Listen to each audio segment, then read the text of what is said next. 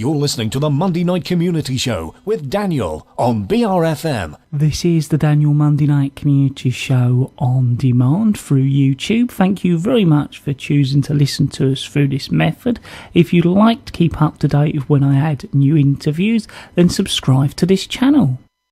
So we're going to be joined on the phone. We're going to be talking all about how people aren't enjoying their jobs and perhaps a bit on how to love your job as well. Firstly, thank you very much for joining us. I was hoping you could introduce yourselves.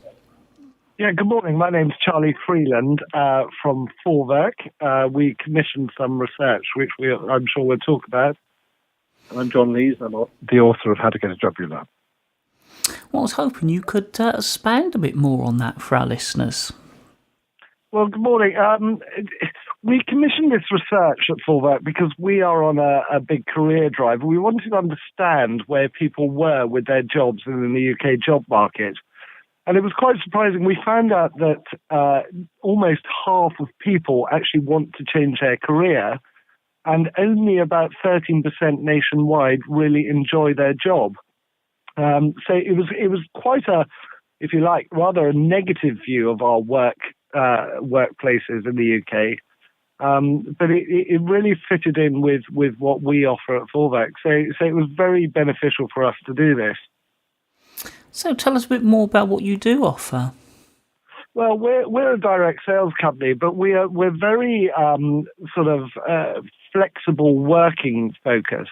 So we really look for mothers who are returning to work. We look for a variety of different people from the 20s right up to their 60s.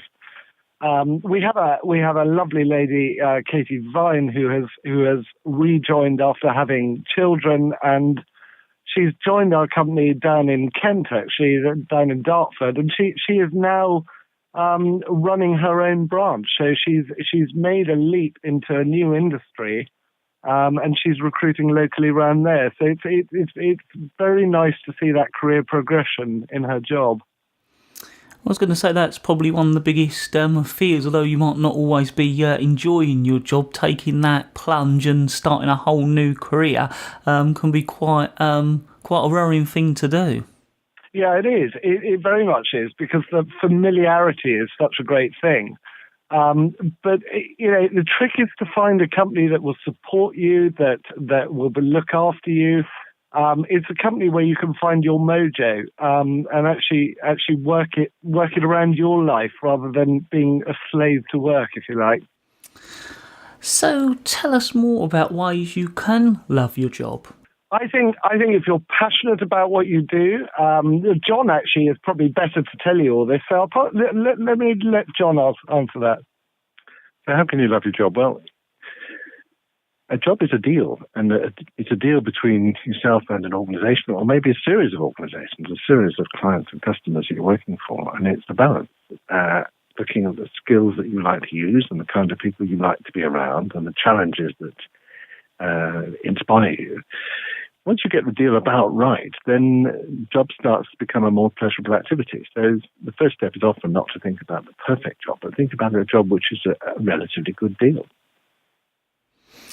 So is it more men or women are more likely to want to change their career, or more likely to make that plunge? I'm looking at statistics here, and it's interesting that both men and women are interested in making a change, and different things hold them back. I think it's quite surprising that this research suggests that slightly more men than women are looking for a better life-work balance. But women are particularly looking for better career progression. They actually want opportunities to develop their career. And that's part of the deal I was talking about, is to think about not just what you're doing on a day-to-day basis, but to think about opportunities to learn new skills and to grow and to take on new challenges. So are there any other bits about this research that's surprised you, or think that could be of interest, or things that might surprise our listeners? Well, we're looking at some of the things that happen on the other side of this decision. I think that's quite inspiring. And the research suggests that about a fifth of people have made some kind of change, and what they report is two words. That the words are excitement and liberation.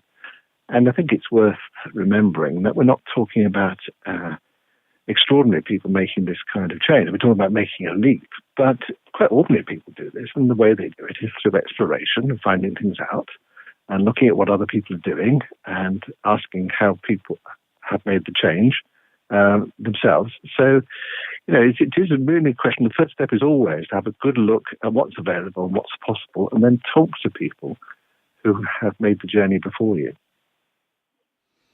And I suppose one of the other problems is sometimes you get stuck in kind of a rut. You're not particularly disliking your job, but you're not particularly liking your job, and you sort of just flow through and keep going.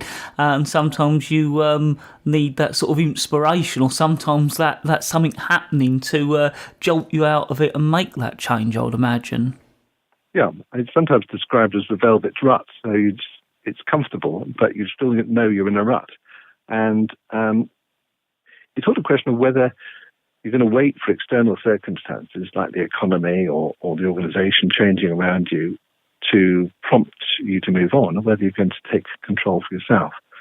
So I think it's worth thinking about the fact that exploring new possibilities isn't just about applying for jobs or waiting for somebody to tap you on the shoulder. The first thing is to find out for yourself about what other people are doing.